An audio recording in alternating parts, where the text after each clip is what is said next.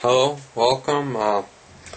Today we're going to tie fly that I actually never thought would catch fish. I meant to look like a tiny little sunfish. This is not a trout pattern, it's a lake pattern, and works very well for smallmouth bass and panfish. This is a size 8 white fly hook. You can tie these in size 6 or 4s and a size 10, but 8 is the original, and it's a good size. I have some 3/0 red thread, very thick, but you're going to want thickness. So you're just going to lay a good thread base, move back just to right in front of the barb.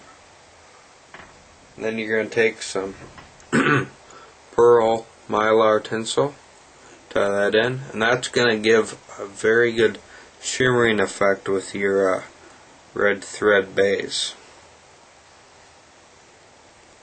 Could switch to a black thread right now after the red thread did its purpose, but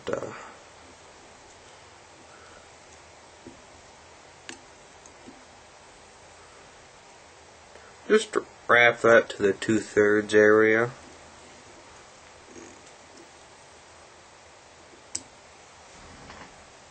And you can see, the red is bleeding through. Once that gets in the water, it's going to look very good.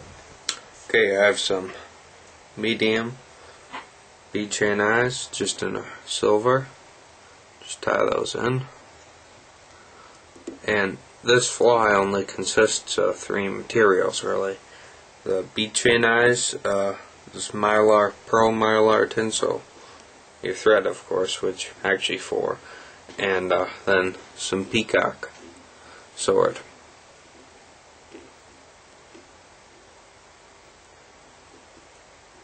Just tie those in very securely. They rotated on me, so I'm going to rotate my fly upside down. I'm going to take just a little bit of super glue.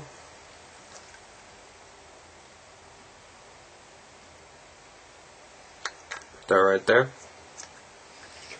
and I have my fly rotated upside down so I can grab a peacock sword. Now, this peacock sword, I already used the area for my size 10 and 12 when I was tying a bunch more of these. Your sword material you're going to want farther down. I'm going to zoom out, you guys can't see this, I apologize for that. So I already used up this area up here. This tip is for smaller flies and this is for bigger flies. So I'm going to harvest from about here to here to get about 18 to 20 fibers.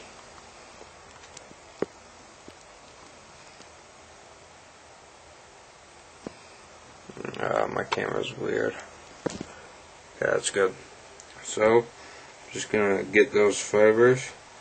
I cut rather than just strip them off or pull them off.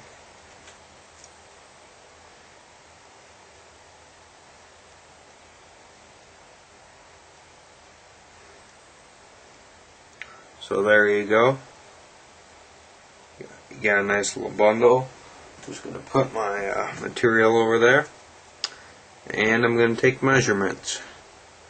You're going to want, now what I did is I had a couple fibers go shorter. I sort of tapered them so it's going to give a bait fish-like profile.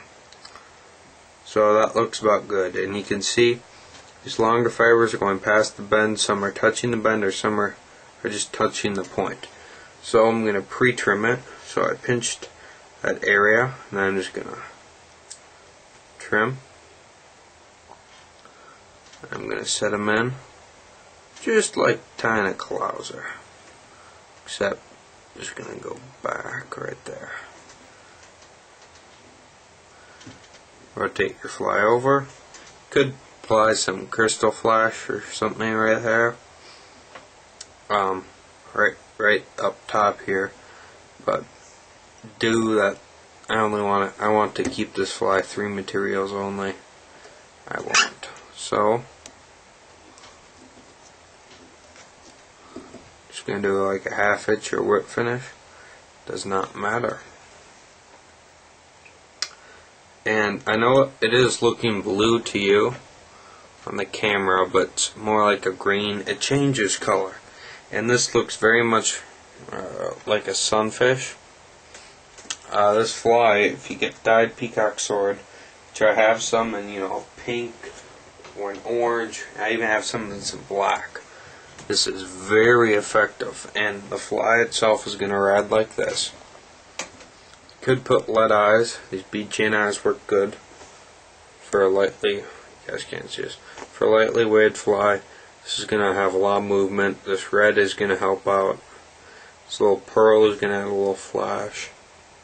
And you're just going to apply some super glue right to the head, and you will have a finished fly that works very effective for panfish, bass, and whatnot.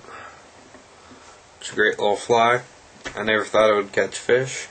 Just made it in the winter when I was bored, and it did catch fish, quite a lot of them. So thanks for joining me, and tight line stall.